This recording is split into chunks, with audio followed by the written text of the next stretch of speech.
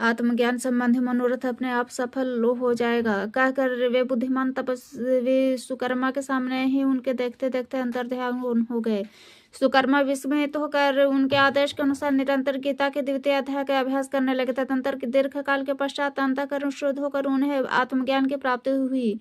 फिर वे जहाँ जहाँ गए वहाँ वहाँ का जीवन शांत हो गया। उनके शीत उष्ण और राग द्वेष आदि की बाधाएं दूर हो गई। इतना ही नहीं, उन स्थानों में भूख प्यास का कष्ट भी जाता रहता था। भय का सर्वथा अभाव हो गया। यह सब द्वितीय अध्याय का जप करने वाले सुकर्म ब्राह्मण के तपस्या का ही प्रभाव समझो।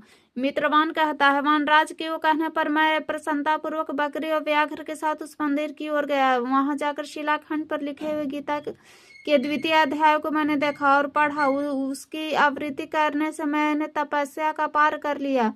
अतः भद्र पुरुष, तुम्हें सदा द्वितीय अध्याय की ही आवृत्ति किया करो। ऐसा करने पर मुक्ति तुमसे दूर नहीं होगी। शिव भगवान कहते हैं, प्रिय मित्रवान के इस प्रकार आदेश देने पर वेद शर्मा ने उनका पूजन किया और उन्हें प्रणाम करके पुर की तरह राह ली। वहां किसी देवालय में पूर्वक्त आत्मज्ञानी महात्मा को पाकर उन्होंने सारा वृत्तांत निवेदन किया और सबसे पहले उन्होंने द्वितीय अध्याय को पढ़ा। उनसे उपदेश पाकर शुद्ध अंतःकरण वाले देव शर्मा प्रतिदिन बड़ी श्रद्धा के साथ द्वितीय अध्याय का पाठ करने लगे। तब से उन्होंने अनवरत प्रशंसा के योग परम पद को प्राप्त कर लिया। लक्ष्मी, यह द्वितीय अध्याय को उपाख्यान कहा गया।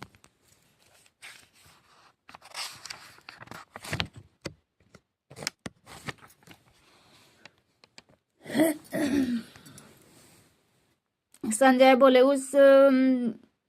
उस प्रकार करुणा से प्राप्त तो आंसुओं से पूर्ण तथा व्याकुल नेत्र वाले शोक युक्त उस अर्जुन के प्रति भगवान मधुसूदन ने यह वचन कहा है। शिव भगवान बोले, है अर्जुन, ये तुझे इस समय असमय मोह किस हेतु प्राप्त हुआ है? क्योंकि यह न तो श्रेष्ठ पुरुषों द्वारा आचरित है, न स्वर्ग देने वाला है और न ही कीर्ति करने वाला ही है। इसलिए है अर्जुन, तुम नपुंसकता को प्राप्त मत हो। तुझ में यह उचित नहीं जान पड़ते, परंतु हृदय की तुक्ष दुर्बलता को त्याग कर युद्ध के लिए खड़ा हो जाए। अर्जुन बोले, है मधुसूदन, मैं रणभूमि में किस प्रकार से मानो से भीष्म पितामह और द्रोणाचार्य के विरुद्ध लड़ूंगा? क्योंकि यह अरिसूदन, वे दोनों ही पूजनीय हैं। इसलिए इस महानुभाव गुरुजनों को न मारकर मैं इस लोक में भिक्षा का अन्न भी खाना कल्याणकारक समझता हूँ। क्योंकि गुरुजनों को मारकर भी इस लोक में रुधिर से सने हुए अर्थ और काम रूप भोगों को ही भोगूंगा।